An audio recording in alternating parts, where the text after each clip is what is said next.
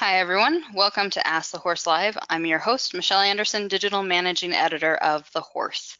Tonight, we're going to learn what's new in internal parasite control, and the event is brought to you by Zoetis. When it comes to deworming your horses, are you confident you know you're doing it right? Do you know which drugs are right for your horse and when you should be giving them? We used to deworm frequently using a rotational program. I know that's what I did for a long time. But now we're facing parasites that have become resistant to drugs, and there's not a lot of options on the horizon. Are you confused? I still am. So here to help us out are Dr. Martin Nielsen, a researcher at University of Kentucky, and Dr. Kenton Morgan, who's with Zoetis. Welcome to both of you. Thank you. Thank you, Michelle. Hey, I'm going to start with Dr. Nielsen. Can you tell us about your specific interest and your research? And I know there's a lot of research, so in equine internal parasites, what's your experience in this area? Well, I mean, it's been my passion all the way since I was in vet school in Denmark, and I'm a horse enthusiast. I grew up in a horse world, and I'm still in it. And going to vet school, I just developed an interest in parasitology for a lot of reasons. I like critters that you can actually see when you talk about them, as opposed to viruses and bacteria. And I think there's a lot of fascinating biology, and they keep outsmarting us. And I think that'll probably be one of the take-home messages from tonight. Like, we will continually be challenged by these parasites, and we'll be pondering about how to approach parasite control and what to do and what's right and what's wrong. And that's the focus of my research program today. I'm fortunate to be at the University of Kentucky and have the privilege of, devoting the entire focus of my work life to coming up with solutions for equine parasite control. So I'll leave it with that. Okay. Dr. Morgan, you're with Zoetis. Can you tell us a little bit about your experience in helping horse owners and farms manage parasites, and also the drug company's role in managing internal parasites? Sure. My experience goes back to my clinical days, and I'm old enough to remember when we were tube deworming horses. So I've seen this whole thing change a lot in recent years, and part of what I do for Zoetis now is to help support our anthelmintic or deworming line of products. So I've learned a lot in that capacity, working internally with the experts that we have on board at Zoetis, as well as with external experts such as Dr. Nielsen that we have here today. So I've learned a lot myself in recent years. Certainly as a representative of a drug manufacturer, we want to produce quality products, but we want to maintain those in the field in a fashion and use them appropriately so that they're going to last and be effective and safe just as long as possible. So that's a lot of what I do, is help to educate horse owners and veterinarians on the proper use of our products. To our live audience, I want to let you know that we put together a list of editors' choices of articles and resources from thehorse.com. If you're joining us via GoToWebinar, in the chat box in front of you is a link that you can click on, or you can go to thehorse.com/deworming resources to find that document. I want to give everyone a quick review of our Ask the Horse live format, especially for people who are joining us the first time. We're going to be starting with questions that everyone submitted during registration. If you have questions you'd like to ask live or would like a clarification on one of the doctor's response, you can enter that into the chat window in front of you. We're going to do our best to get to as many of your questions as possible. So with that, let's go ahead and get started. And I'm going to start with Dr. Morgan. Jackie in Illinois asked, when should an egg count be done? Should it be done before or after administering the dewormer? So can you start out by explaining to us what those fecal egg counts are, and then the correct timing of doing those? You bet. So those fecal egg counts, this is what we want to do, is what we call a quantitative assessment of how many eggs these horses are shedding. And so we do that on an egg per gram basis. So this really gives us a quantitative number. And then as we go on through our session tonight, we'll talk more about this, but then we can categorize these horses into kind of what we call the different ranks, if you will, low, medium, or high type of shedders. And because of that, because of those counts and what that tells us, we will approach deworming those horses differently based upon those counts, because that helps us assess risk for those horses. Now, as far as when to do the fecal egg count, some of that will depend on the age of the horse.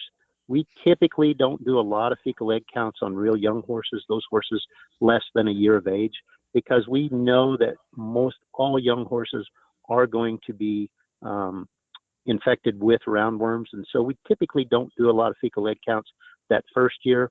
But after that, you know, people ask me, when's the best time to do that? And I typically tell them when the grass is greenest. So a good time to do a fecal egg count is in the spring of the year when the grass is really coming on, or depending on your climate and where you live, maybe in the fall of the year. If you've missed that spring window, then maybe in the fall of the year where the grass, we get a little more moisture, cools off a little bit, and we get a little resurgence of the grass. So spring and fall are both a good time. Spring is my preference, but sometimes, you know, we don't get many chances at that. So if you're next to the horse and you got a chance to get a good fresh sample, take it, and we'll do a fecal egg count whenever. But preferably, I like to do it in the spring of the year. Okay. And Dr. Nielsen, if I may, yeah. So I agree with all of what Dr. Morgan just said. So the question was really whether an egg count should be done before or after deworming, as I understand it. And that's actually an excellent question, because both can be useful. It depends on what their purpose is. So when you run an egg count 2 weeks after deworming, you do it to check if the treatment actually worked. And that is of very high importance. And we don't find a whole lot of people actually doing this. So, you know, take home message number one of tonight, please check the effectiveness of the deworming. And the only way to do it is to run an egg count before and after deworming.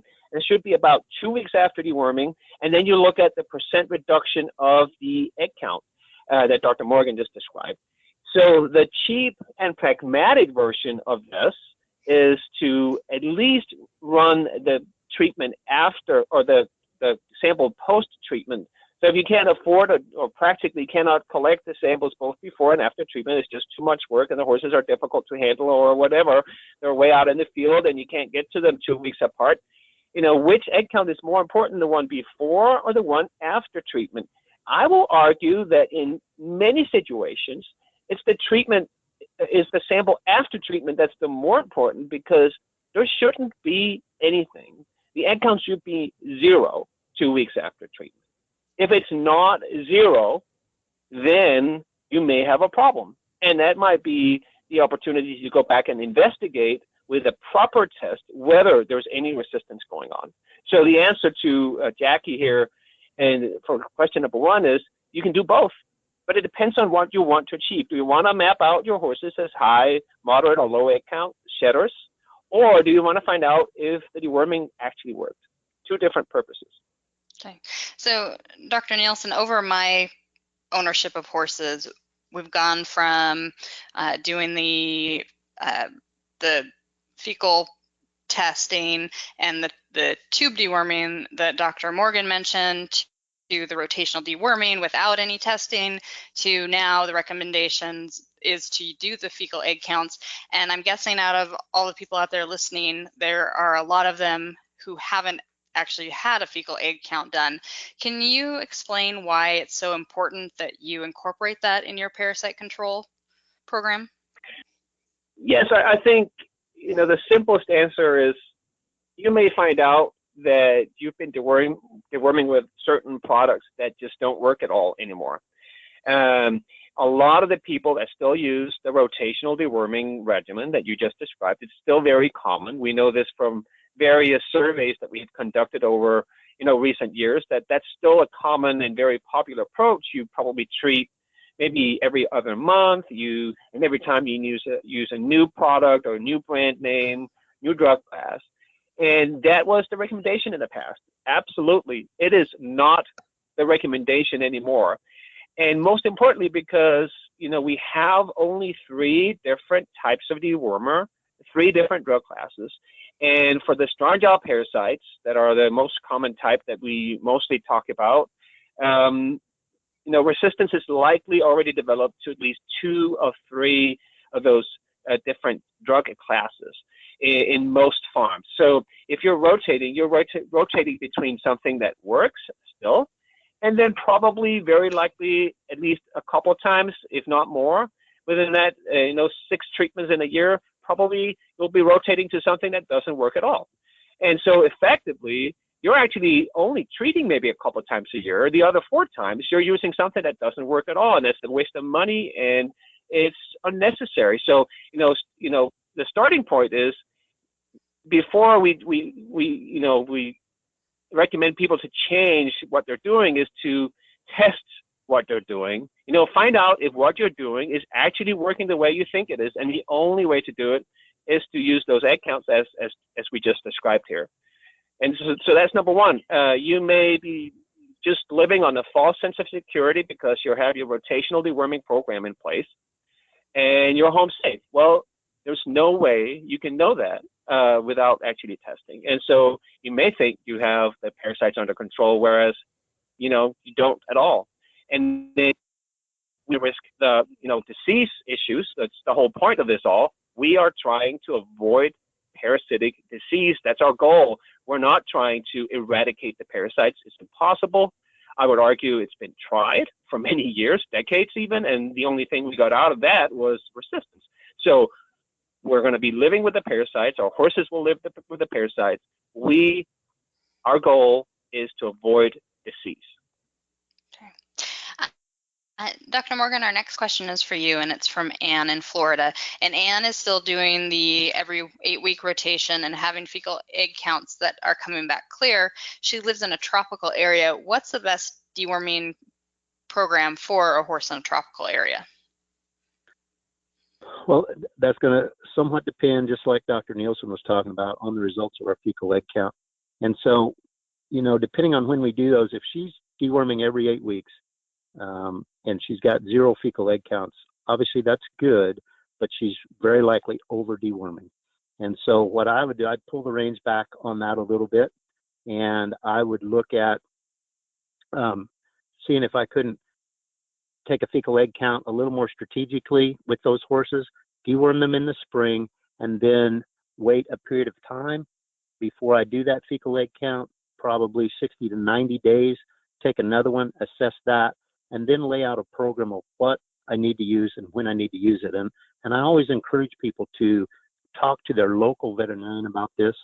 Not one program fits all horses in all geographical areas. So what she does on her farm in Florida may be different than what the neighbor needs to do just down the road. And so it's important to incorporate their veterinarian in helping them not only do the fecal egg counts and get that information, but then to set up an effective program so that we're controlling the parasites, just like Dr. Nielsen said, but we're not over treating them or over deworming them and deworming them too frequently. So I think that's really important. And so to say, do it every so many months is probably not appropriate for me to give her that information. I know that from what we discussed, she's over deworming those horses if she's doing them every 8 weeks. So let's cut that back and consider more of a 2 to maybe 3, or at the absolute most 4 times a year treatment. And there again, based on the fecal egg count results that we're going to have her veterinarian perform for her. Dr. Nielsen, our next question is for you, and it's from Shona in Manitoba. And she wants to know if there are any natural or non-chemical dewormers that are effective. And we did have quite a few questions about diatomaceous earth, so maybe you can touch on that as well. Yeah, so there's a plethora of products, herbal dewormers, natural, plant extracts, flower, fruit extracts, and all.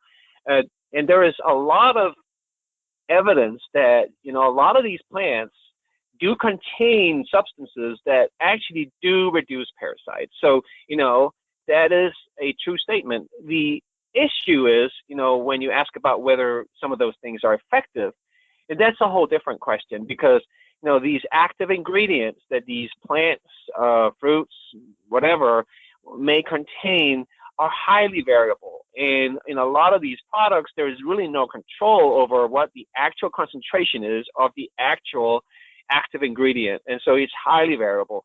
And so while there's a lot of promise in a lot of these products, there really aren't a whole lot that are reliably tested. And even though they're tested, there can be a lot of variation between, say, batches. So one batch, that was harvested at one time of the year, may have a higher concentration of some of these active ingredients than others. So it's a very broad question. Are they effective? I mean, there are some effects of some of them, but for the most part, there's just not enough information about what they actually do, how well they work, and whether they're consistent between different batches. On the diatomaceous earth, that's we can't have a webinar without at least one question about that. And at least if it's on a parasite control, there's always someone who wants to know about diatomaceous earth. These particles that have these allegedly have these sharp edges that would cut the worms and kill them. There's been quite a bit of research done with this. I have not done any of those projects myself, but I know of colleagues who have looked into the effect of diatomaceous earth in small ruminants, in horses, and there really isn't any evidence that it works whatsoever, unfortunately. And so I would not rely on diatomaceous earth as a means for parasite control. There may be some of these other plant extracts that could have a place, but I'd be really highly skeptical about a given product that's manufactured and sold as a feed additive, because there are no requirements for documentation for those claims. As long as it's not labeled as medicine, but only a feed additive, there's really no way we can know for sure whether those claims have actually been proven. We have a question from Cynthia in our live audience, and Dr. Morgan, I'll send this one to you. She wants to know about refugia and how they relate to deworming treatment. Sure. The refugia, that's a term that we use to describe those parasites who are basically removed or not affected by our treatment efforts. So the one big area of refugia is, of course, in the environment. All those parasite eggs and or infective larvae that inhabit the environment, particularly the pastures where the horses graze. And then another actually internal source of refugia could be considered the encysted small strongyle.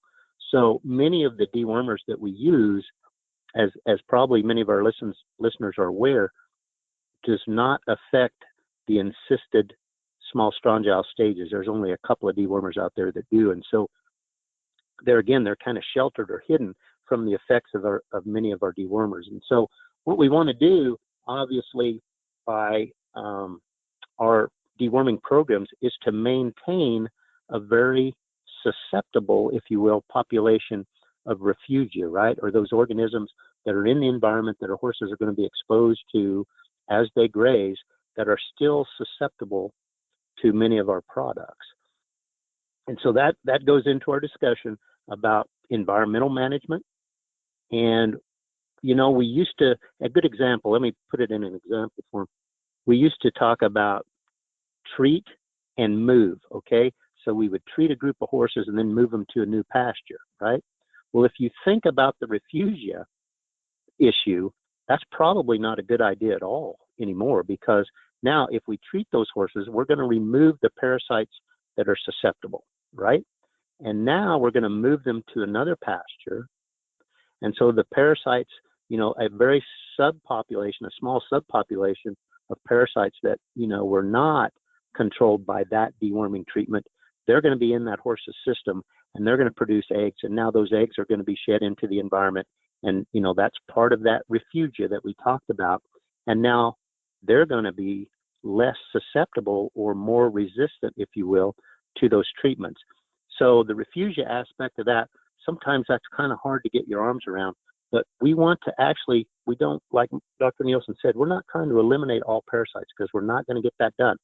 But in the environment, we want to actually do the things that we can to maintain that refugia that is still susceptible to our products that we're going to use in the horses. So refugia should be part of the discussion that we have with our veterinarian when they help us set up a program, to control parasites in our horses. And that's most of the parasite burden is outside the horse. The horses, even though they can carry a lot of worm eggs and a lot of adult worms, the bulk of all the parasites are not in the horses, they're in the environment. And so that's something we need to keep in mind as we develop programs to help control these parasites. Okay.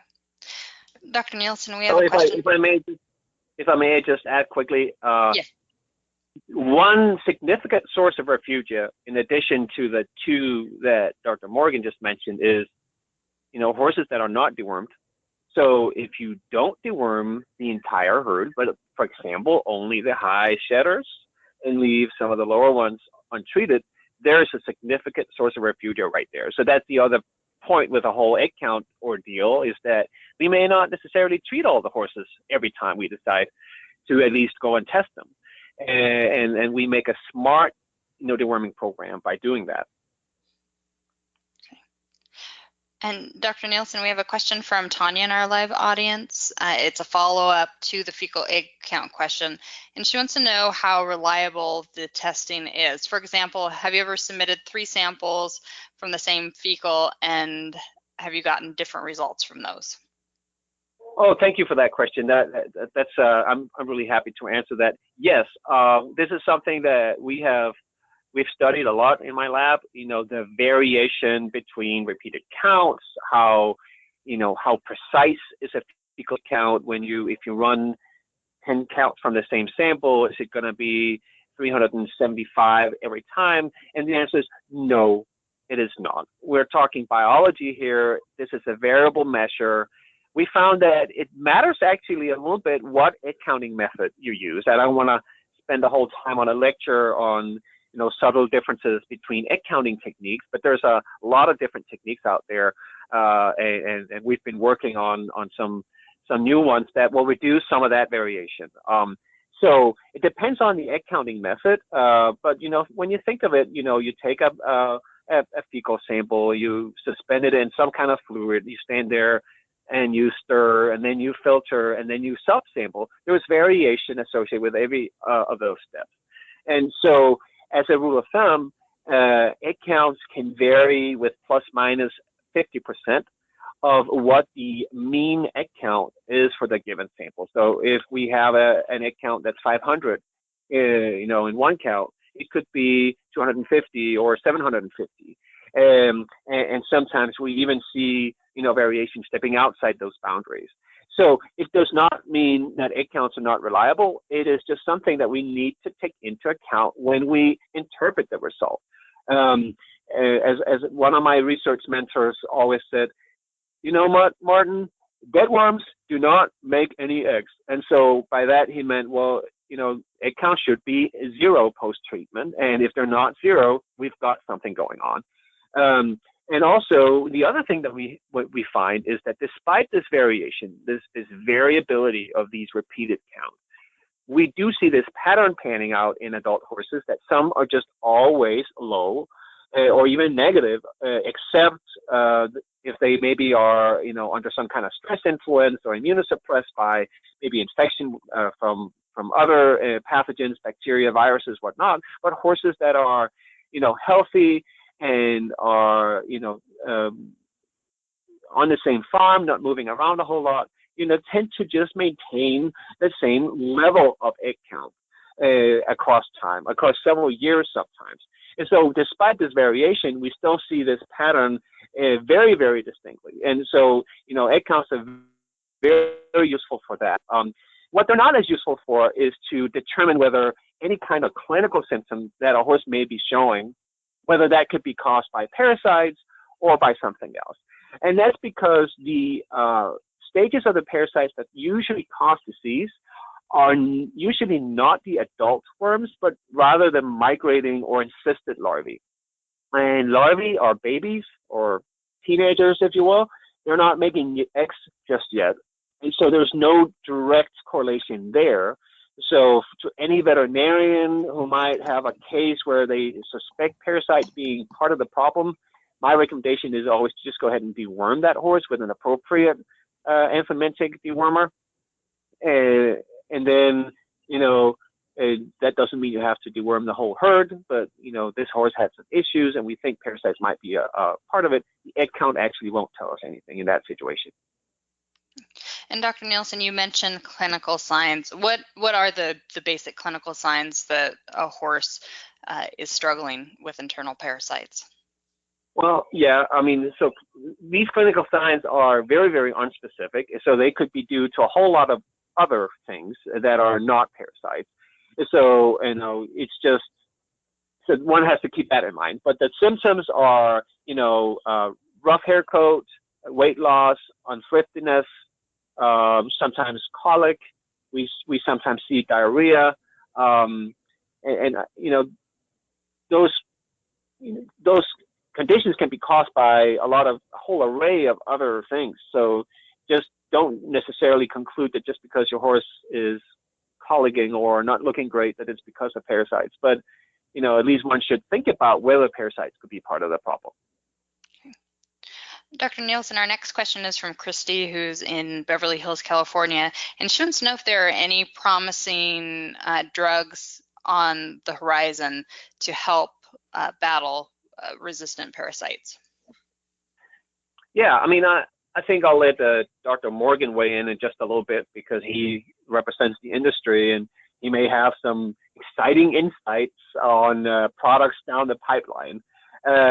However, I think his answer is going to be no, we don't know of anything at the moment. I know there's a lot of effort going on in terms of screening potential dewormer candidates, that might become products in the future, but we have nothing on the horizon there. There's some different research projects going on around the world. There is actually quite a bit going on with the non-chemical dewormers that one of the previous questions was about. So, stay tuned there. There may be something, exciting emerging there. In my own lab, we are in the second year now of a study looking into a bacterial dewormer. Some people on the line may remember my Let the Germs Get the Worms campaign a few years ago. We were raising funding to get a pilot study up and going, and people were very supportive. We got the pilot study done, and we used that data to apply for a USDA grant that we now got, and we're in the second year out of 5. We've done some in vitro testing, which means testing in the lab against bacteria or against parasites in petri dishes, and it's looking promising there. There's a huge step from something that looks great in the lab to it actually working in animals. But we're going to be doing the first tests in live animals later this summer, so stay tuned. And maybe, but a big maybe, maybe we'll get something exciting there. And Dr. Morgan? Yeah, and like Dr. Nielsen said, there are no new classes of the traditional chemical compounds that we're used to using with the horses. There are no new classes out there that I'm aware of that are on the horizon. Now, just as was mentioned, we're all the time looking, companies like Zoetis and the other major companies that are out there. We're always looking for new compounds, screening these. And many times, what looks good early on, when we evaluate a little further, yeah, it looks like it's going to be able to kill this worm. But then when we begin to look at the safety parameters of those, then it fails the mark. And so it's really challenging to find a product that's highly effective and then very safe in our equine patients. And so with those two criteria, it's pretty tough. And right now, there's nothing short term out there that's going to be available to us. And I could be wrong about this, but isn't there, like with goats, we don't have a lot of options because there is so much drug resistance in the parasites? Yeah, small ruminants. Go ahead, Dr. Nielsen. Yeah, no, absolutely. That is correct. There are examples of, with goats particularly, where, we have complete failure of anthelmintic treatment, meaning nothing works against a very dangerous and pathogenic parasite, the Barber worm, that is a blood-sucking parasite, and it can really kill the animal. So, it's a very, very bad situation right there. And unfortunately, we are heading in the same direction with the horses. Year by year, I've been in this business for, well, I graduated with my PhD 10 years ago, so there you go. And so, year after year, I see it getting worse and worse with the horse parasites as well. We have reports of resistance to all 3 dewormer classes, both in Starnchild parasites and also in roundworms, in ascaric parasites in horses. So we're heading in the same direction. Okay. Our next question is for Dr. Morgan. Trina's in California, and she wants to know if she can deworm her pregnant mare, or does she need to wait until the mare foals? The mare was just covered this spring. Okay. And that, some of the dewormers that are available on the market, have what we call a safe for use in pregnant mare or safe for use in breeding horse claim, and some do not. And that's right on the label. And again, your veterinarian is a great source to help you through that question. Now, typically, most veterinarians, I wouldn't deworm that mare shortly after she's bred. I personally don't like to treat those early bred mares with anything, about that first 60 days, because that's a very critical and a high risk time of early pregnancy in the mare. And there's a lot of things that can happen. And so we don't want to in any way contribute to that. But many of these wormers are safe for use in pregnant mares, but some are not. So you need to get that down first. And then I would go back to, okay, what's our risk with respect to the season of the year, what we know about, when the high risk time is for our horses with respect to parasite. And I would focus more, I would get a safe dewormer that I can use in my pregnant mare, but then focus more on the time of the year and the most strategic time to deworm those horses rather than her stage in pregnancy. Because, again, if we've got a product that is safe, we can use it at any time. I would just avoid the very early, that first 60 days of pregnancy. Personal preference on my part, having done a lot of broodmare work. So that's probably the only caveat that I would offer there. Other than that, go ahead and look at the most efficacious, if you will, periods of the year to apply those dewormers, and then just go from there. Okay. And Dr. Morgan, we have a related question from Dan in Tel Aviv. And Dan wants to know when he should start deworming foals and how often should foals be dewormed. Sure. And I'll put a plug in for all of our listeners, and I'm sure that we have this on our list of documents, reference and resource documents for them. But the American Association of Equine Practitioners, or AAEP, has a really nice set of guidelines for internal parasite control for the horse, and they're available to anyone. You don't have to be an AAEP member to access it. You can get on their website, aaep.org, and get access to these, and they're just a wealth of information. In fact, Dr. Nielsen was one of the folks that helped formulate and write these guidelines. So they're very up to date, and they're very user friendly. But with that, and I digress. Repeat that question for me again, Michelle. So what recommendations do you have for deworming foals? On the babies. We typically don't like to start on those young ones until they're about, 70 to 90 days of age. So 3 months is a good rule of thumb. Really no reason to treat them before 2 months of age. So around 2.5, 3 months of age, we would give them their first treatment. And remember, we said earlier that roundworms are our primary concern in these young horses. So we want to use something that we know has good roundworm efficacy, and that's typically going to be one of, in the class of drugs we call the benzimidazoles. That's fenbendazole or oxybenzole, and then the other one is the pyrantel product. So both of those classes are still quite good for roundworms by and large. So, and they're very safe in our young horses. So that would be the first treatment. And typically we want to look at treating those babies about 4 times that first year of life. Okay. So the next treatment's probably going to be, we'd like to plug that in a little before weaning, because we know weaning is a stressful time for them. So we want to deworm them probably, if we can, maybe 2 to 4 weeks or so before weaning is another really good time to deworm those youngsters. And then after that, probably around 9 and 12 months of age, something like that. And there again, certainly the first 6 to 8 months of life, we're really, really focused on the roundworms.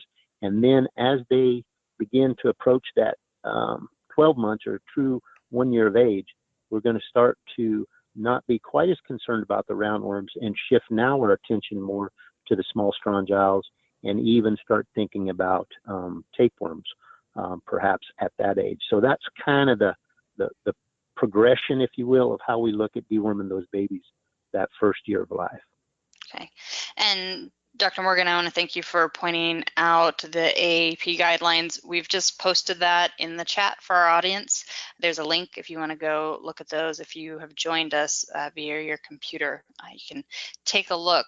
Our next question is for Dr. Nielsen, and it's for Marianne in South Carolina. It's another young horse question. She wants to know if young stock should be dewormed more often than older horses, and if you have any specific recommendations for those younger horses. So older than foals, but not quite adults yet. Yeah, perfect. I mean, following on Dr. Morgan's very nice description of how you should approach foals as they grow through the different parasite phases. Once we have a yearling, we for the most part have the ascarids behind us.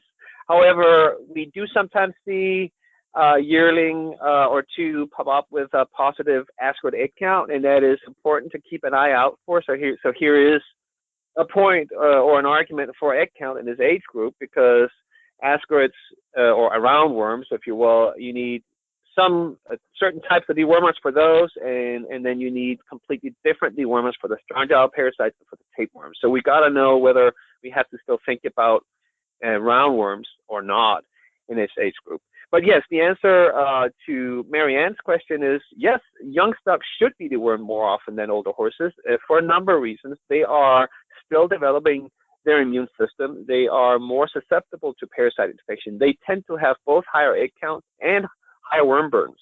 They are more at risk for parasitic disease. The most likely age range to actually see disease caused by parasites other than the roundworms, but strongyles and tapeworms, is in the 1 to 4 year old age range. So yes, they should be dewormed more often. I think in the guidelines we said that think about a yearling or 2-year-old as your high egg shedding adult horse.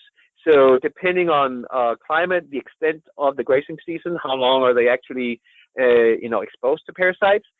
Some of those yearlings and 2-year-olds should probably get 3 treatments, if not 4, depending again on how long the grazing season is.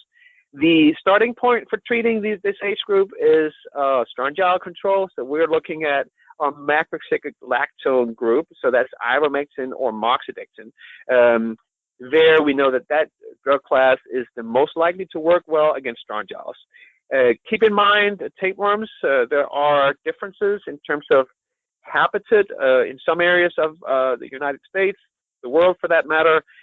We have a better habitat for the intermediate host, which is a dung mite. So the mites like it to, moist, green, and with a lot of organic matter in the soil. If we don't have that, then maybe there won't be as many of those mites around, and then there won't be as many tapeworms. So there are some regional differences there, but certainly think about tapeworm control as well, not for every single treatment, but certainly towards the end of the grazing season.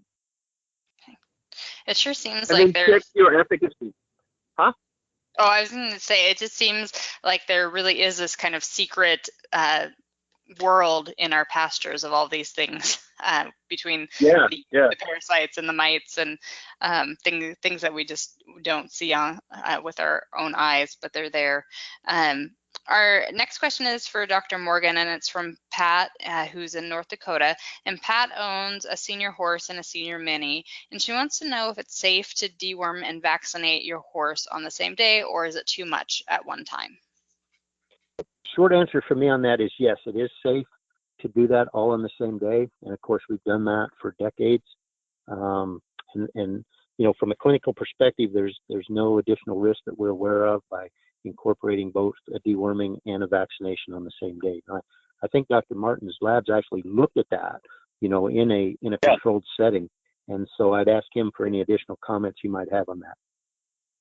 Yeah, so we evaluated this question, actually, this very question. We had the same thoughts. Is it okay, or do we see any adverse reactions in terms of inflammatory reaction? And how about the deworming efficacy and the vaccine efficacy? Do they actually interact or counteract each other somehow? And we found absolutely nothing. We didn't see any negative or positive effect, for that matter. There was no interaction between deworming and vaccination in these horses. So, I think part of the question is also whether one should be concerned about these two being senior horses or equids, to be precise. And I don't think so. If they're healthy and in good body condition, I would not be worried. One thing that we have found in other studies is that some of the seniors tend to have a little bit higher egg counts. They may be a little bit more susceptible to parasites, so it's important to think about parasite control, but we don't have any evidence suggesting that they would react negatively to vaccination and deworming at the same time. So Dr. Nielsen, a lot of our senior horses have other issues like Cushing's disease, PPID. Does that lend the horse to be more likely to have an internal parasite burden? Yes, we know from actually a couple studies. One I did here with Dr. Amanda Adams, who specializes in geriatric horses here at the University of Kentucky, and in these different metabolic issues that they may have, that yes, they do tend to be a high setter. So, they would probably require a little bit more attention with regard to parasite control, because they tend to have high egg counts, and therefore they are contaminating the environment more than some of the younger horses may do. We do not have any evidence suggesting that they may be more at risk for any disease, but that is, of course, possible. So certainly, we should keep some attention to these horses. Dr. Morgan, I'm going to give the next question to you. It's from Justine, who's in Salem, Oregon, and she wants to know if it's okay to use ivermectin as a primary dewormer throughout the year.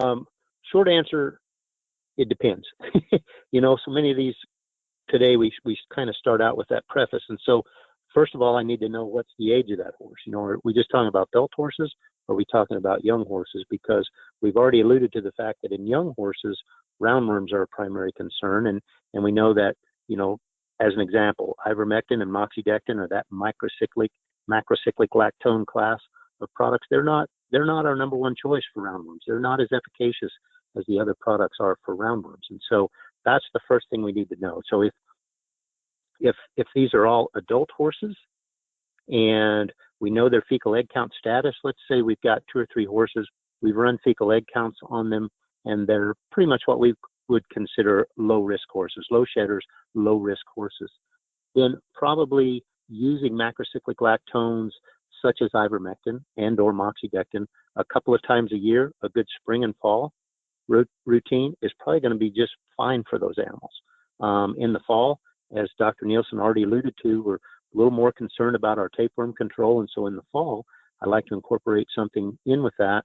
And the long name for that drug is called praziquantel, but any of the products like Quest Plus or Equimax, those kinds of the Plus and the Max and those kind of things, that alludes to praziquantel. That's an added ingredient we have to put in these products to get the tapeworm, because all of our normal, what I would call our normal classes of dewormers, they won't get the tapeworm, so we have to add a special ingredient, if you will, to get the tapes. And so in the spring, she could go with ivermectin, and in the fall, ivermectin plus praziquantel, and or incorporate Quest, which is moxidectin, another member of that same class of drugs, and probably do an excellent job with those adult horses in that fashion. But there again, we want to predicate that on fecal egg counts. So, get the fecal egg counts done on the horse, and then we can tell you exactly what the best best approach is.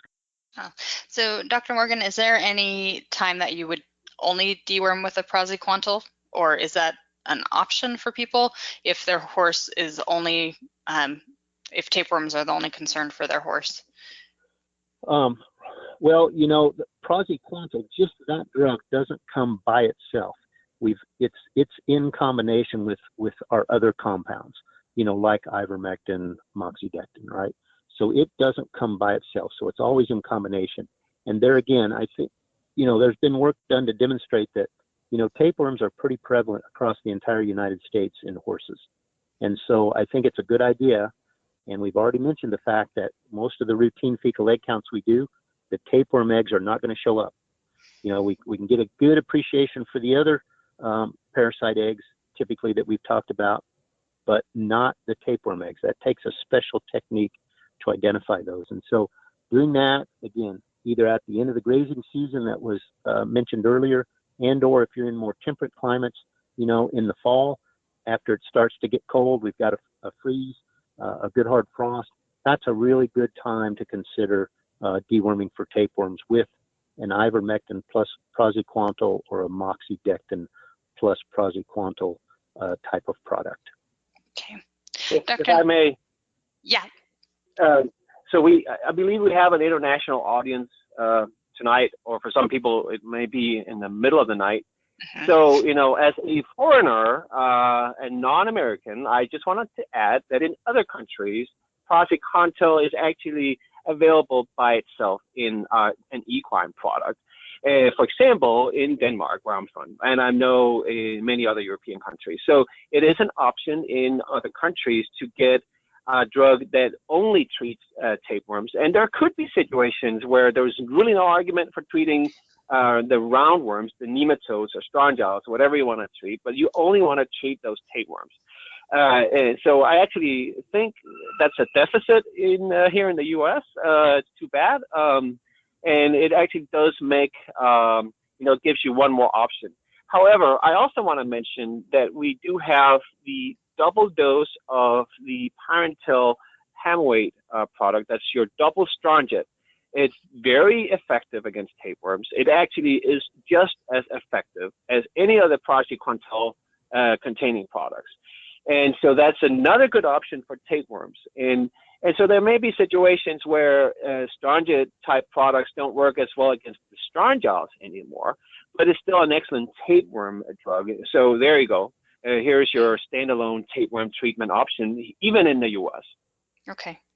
And I would mention that for that use that Dr. Nielsen alluded to, that would be considered an extra label use of the strongyte. So you won't, in the U.S., for the strongyte, you won't see tapeworms on the label, you know, as it's effective against. So that would be an extra label use, but we know that increasing that dose is effective. But there again, it's good for those types of treatments to have your veterinarian in the loop and help direct you with that.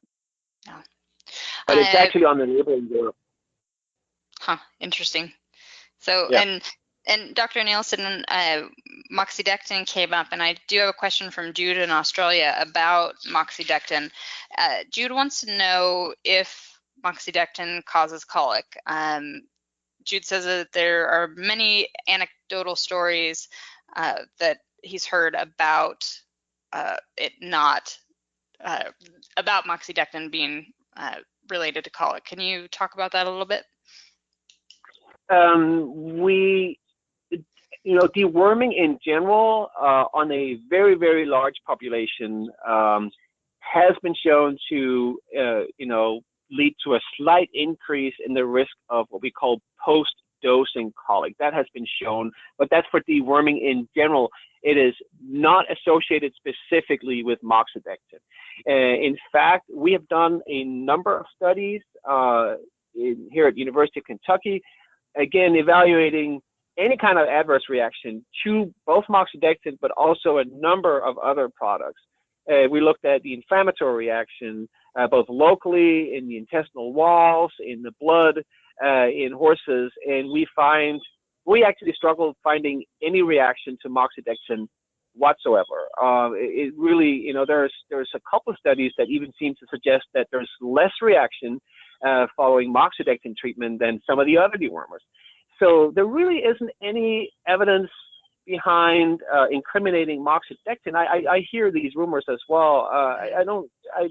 There is no evidence behind it. Okay. Dr. Morgan, our next question is from Patricia in Florida, and she has a 4-year-old thoroughbred that is racing and in stalls most of the time. What is a good parasite control program for this mare? Absolutely.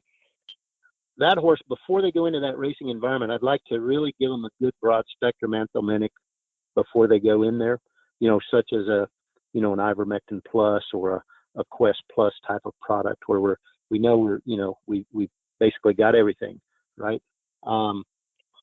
Particularly something that gets the encysted small frangile like Quest or Quest Plus. Then having said that, once they're in that environment where they're at the track, and we all know that the manure management of the track is excellent. They do a good job cleaning those stalls.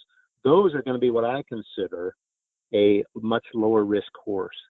And so we're typically not going to have to deworm or need to deworm that horse on a very frequent basis. There again, it doesn't negate the fact that we should still do a fecal egg count on that animal and get an idea, is it a low, medium, high type risk of animal to direct us. But in that environment, their exposure to parasites in that, in the stall, out where they're worked and washed and all that is very low. And so from that perspective, that's really good.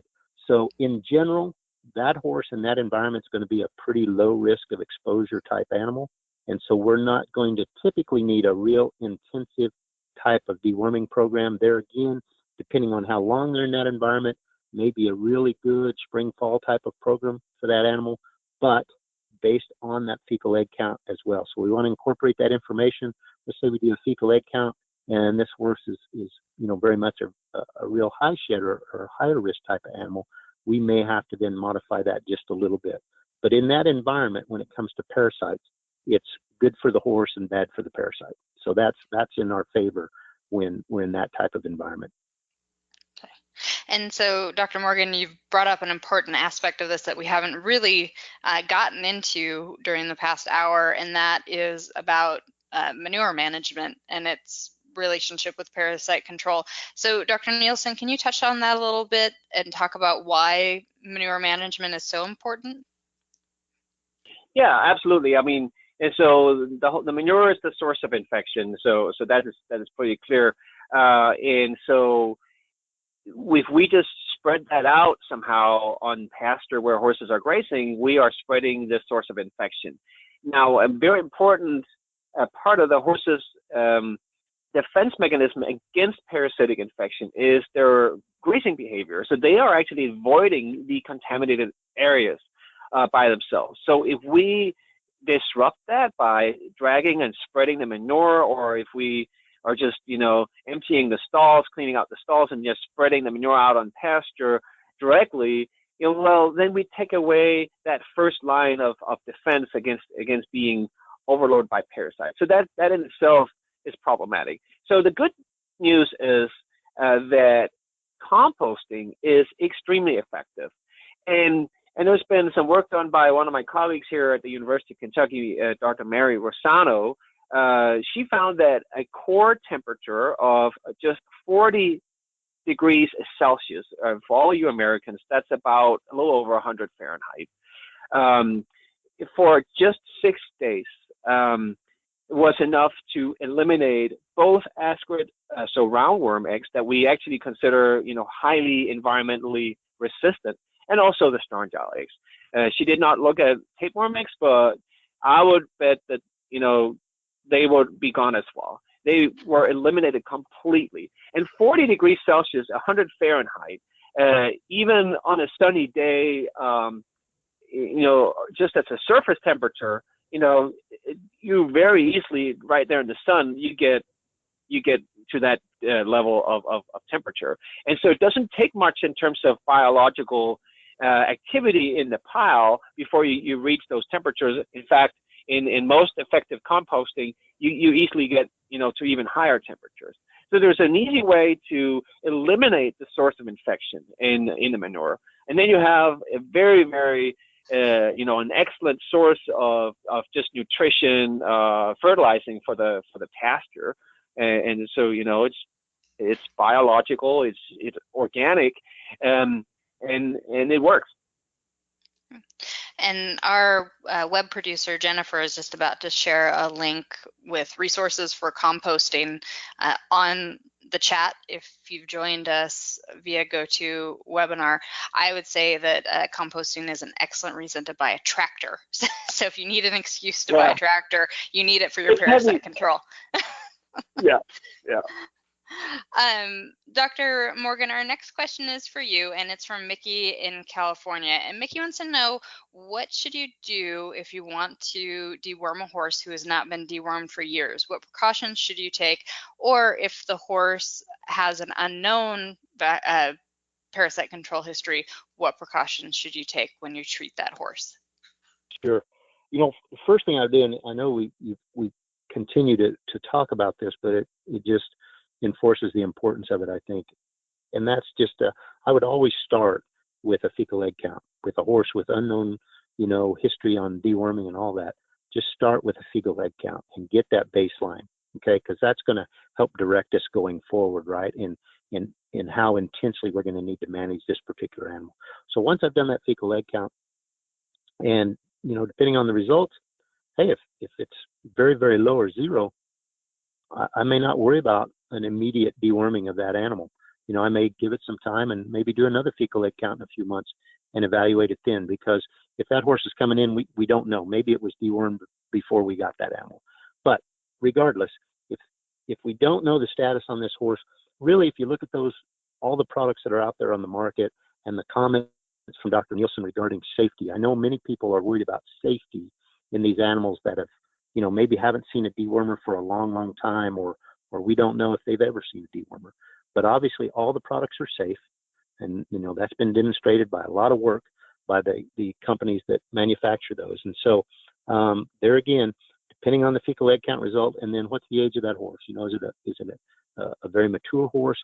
I'm probably going to go in with a product because fecal egg counts, it cannot evaluate the encysted small strong jaw form that we mentioned earlier. And many adult horses, even though maybe there's no or very few eggs in the stool, that's not a reflection of whether they do or don't have encysted small strong jaws, right?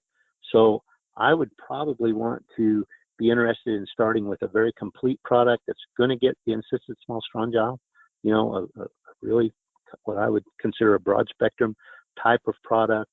Moxidectin does that. We know that the Panicure Power Pack product has a label claim for the encysted small strong jaw. There are some resistance concerns issues with fenbendazole as well. So there again, depending on that area, and I always like to default to incorporating your local veterinarian with some of those decisions. But if I were to make that call or make that suggestion, I would probably look at a Quest or Quest Plus type of product where it's very broad. It's going to get, everything in that horse's system, including the encysted small strong jaw. So that's probably where I would start. I don't know, Dr. Nielsen, if you have any additional comments to that, but that would be my approach. I think we're running out of time, but essentially, I think that's a decent approach. And Dr. Nielsen, we are just at 6, but I did have one question that we've had several people in the live audience ask, and also during registration, and that has to do with if your vet doesn't seem like they're up to date on the current recommendations for parasite control, what recommendations do you have for those horse owners about opening that dialogue with their vet and getting sound advice going forward? Yeah, I mean, I think horse owners, all of you horse owners out there, you have the power. I mean, you're the customer, and I think your veterinarians are aware of that. So if you request a certain service, I can guarantee you your vets are gonna try to, to provide that. And I say the same to veterinarians. You know, if you have skeptical horse owners, they don't want to listen to you. They don't want to hear this whole story, all this stuff about egg counts and resistance and whatnot. You know, and then what do you do? Well, my advice to those veterinarians is, you know, when the horse owners are telling them how they're using their rotational deworming program, my number one question is just, all right, so how do you know if it works?